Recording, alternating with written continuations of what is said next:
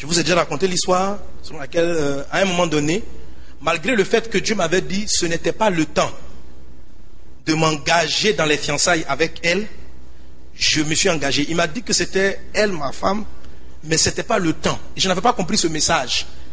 Et c'est elle-même qui involontairement me l'avait donné.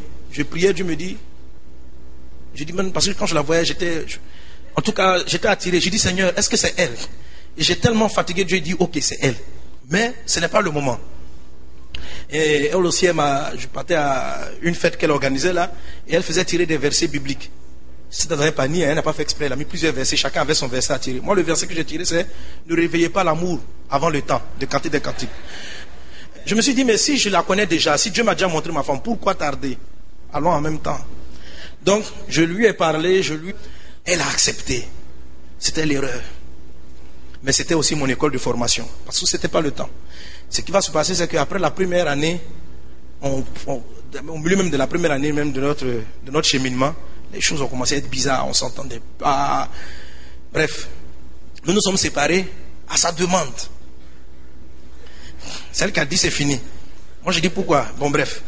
Et la première année, parce qu'on est resté séparés 4 ans. Pendant les 4 ans, la première année de ces 4 ans-là, j'étais convaincu que c'est elle qui avait tort.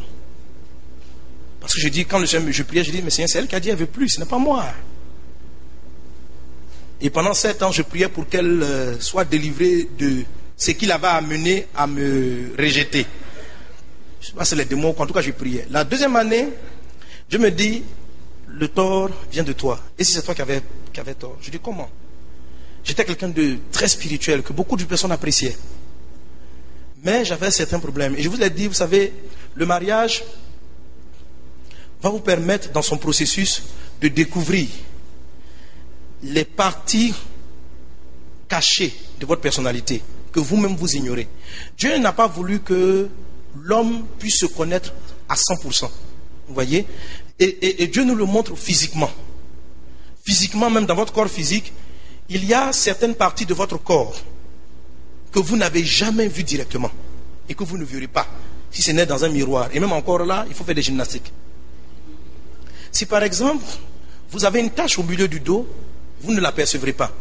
Ce qui est vrai sur le plan physique est là aussi dans le monde spirituel. On a des défauts qu'on ne voit pas nous-mêmes. Malgré tout le bon jugement qu'on peut avoir de nous, malgré toute notre sincérité, il y a des parties de nous qui nous sont inaccessibles.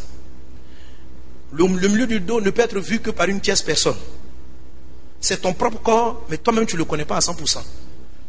C'est quelqu'un d'autre qui va te dire ce que tu ne vois pas. Et quand les personnes nous mettent le doigt là-dessus, on dit non parce que nous on ne les voit pas. On dit non, on n'est pas comme ça parce qu'on est sincère. Quand on regarde ici, on est bien habillé. Quand on se regarde dans le miroir, on peut être là bien habillé, bien vêtu. Non, là, il n'y a rien à faire, on se parfume, on est propre. Mais il se trouve qu'il y a un oiseau qui a fait un excrément qui est tombé au milieu de votre dos, quelque part là-bas. Donc pendant que vous marchez, les mains dans la poche, très fiers de votre apparence, ceux qui tournent le dos voient une grosse tache bizarre, gluante, sur votre dos. Et bon, s'ils ont le courage, quelques-uns m'ont le dit, mon ami, il y a une tache sur toi, d'autres ne le disent pas. Hein, c'est un peu comme, ça vous arrive à tous. Tu as fini de manger, il y a un truc sur tes dents. Tu es là, tu ne sais pas, un truc bizarre, un fil, il peut être vert comme ça, parce que tu as mangé des feuilles. Et puis tu peux rire. Regarde, tu es bon. Maintenant tout le monde voit le truc qui est là sur tes dents, on veut te signaler. Mais toi tu ne vois pas, tu ris aux éclats. Hein? Donc les gens vont essayer de te faire un signe pour faire quoi? Mais si tu ne vois pas, voyez donc, le monde est comme ça. Et pendant que je pensais que j'étais bien, je ne voyais pas ce qui n'allait pas. Et Dieu va prendre ces 4 ans, parce que j'étais un peu endurci, ça aurait pu être plus court. Et je pense que pour beaucoup d'entre vous, ça sera plus court parce que vous avez le privilège d'entendre ces choses. Amen. Le temps est plus court. Il a pris ce temps-là pour m'expliquer ce qu'est le mariage, pour découvrir le trésor extraordinaire qu'il y a dans le mariage et qu'il y a dans celle que j'allais épouser. Pendant cette période-là, j'ai fait 2 songes, j'ai eu 2 visions qui m'ont beaucoup marqué.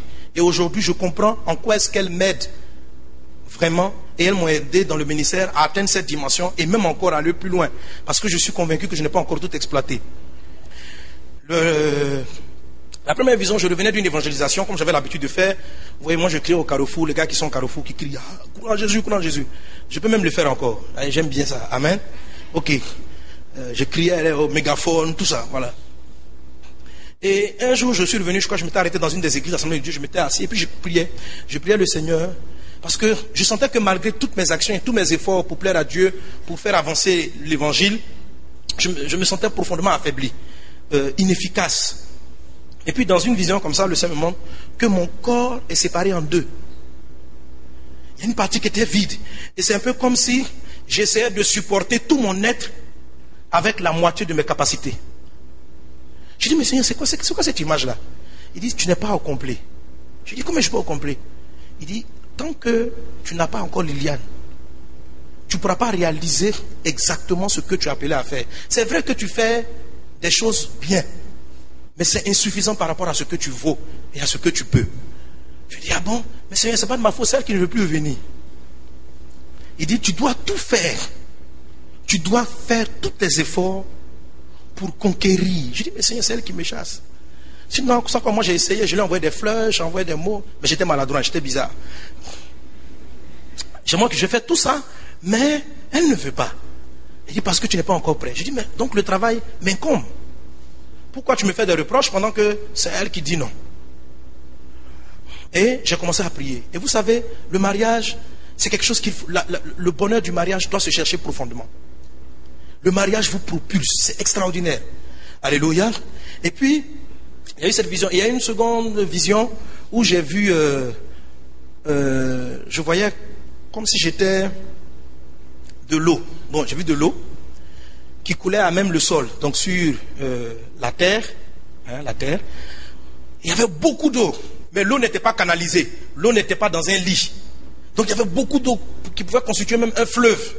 Mais il n'y avait pas de canal pour canaliser cette eau-là. Et elle se perdait, donc il y avait de l'eau, ça arrosait par-ci, ça arrosait par-là, ça partait par-ci, ça partait par-là. C'était un peu disparate.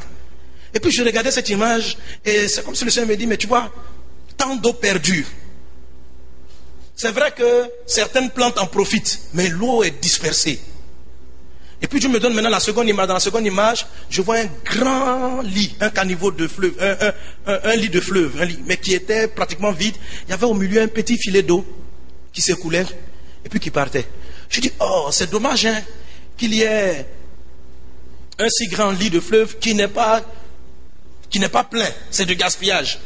Et puis le Seigneur me montre que, il dit, tu vois, l'eau qui n'est pas canalisée, c'est toi. Ce dont tu as besoin, c'est ta femme, parce qu'elle est le canal où il y a un petit filet d'eau. Déjà, ta vie arrose plusieurs, mais si tu es canalisé, tu en tireras le meilleur profit. Et l'humanité tirera le meilleur profit des choses que j'ai déposées en toi. Alléluia. Et gloire soit rendue à Dieu. Lorsque j'ai patienté, j'ai travaillé, je me suis amélioré, après ces 4 années, Dieu a disposé son cœur et nous nous sommes remis ensemble. Et ma vie, au fil du temps, va être totalement transformée. Moi, naturellement, je ne suis pas quelqu'un très attentionné sur le détail et les choses qui sont bien. Elle, je la trouve, à l'époque, je la trouvais un peu trop sur le détail, sur la beauté. Elle tient à la façon dont les assiettes sont essuyées. Ma femme, elle est dangereuse. Si les filles de la maison, je t'assure, tu as lavé le verre, mais si c'est un tout petit peu mal lavé, elle le sent. Elle prend, elle regarde ces choses-là. Au départ, ça peut paraître être exaspérant. Mais à un moment donné, si tu sais regarder au-delà de ce qui paraît t'embêter, parce que quand j'arrive dans mon désordre là, j'ai jeté mon pantalon par-ci, elle dit non, il faut de l'ordre. Et parce que Dieu m'a dit qu'elle est un trésor et que je croyais en la parole du Seigneur, j'ai commencé au fur et à mesure à me prédisposer. Donc du coup, j'ai commencé à sentir l'importance de bien faire les choses dans l'ordre et que les choses soient propres. Dieu m'a ouvert mes yeux sur un pan de l'évangile que j'ignorais. Je savais prêcher que Christ est Seigneur, je connaissais la profondeur des messages, mais je ne savais pas aussi que Dieu faisait aussi toutes choses belles. Et que tout ce que Dieu fait est excellent, est beau, est bien fait. Alléluia. Lorsque ces deux éléments-là se sont complétés, alors je crois que ça a donné maintenant à mon ministère une tournure nettement meilleur. Et je n'ai pas encore fini d'atteindre le meilleur. Le meilleur est à venir. Alléluia. On peut acclamer le Seigneur. Amen.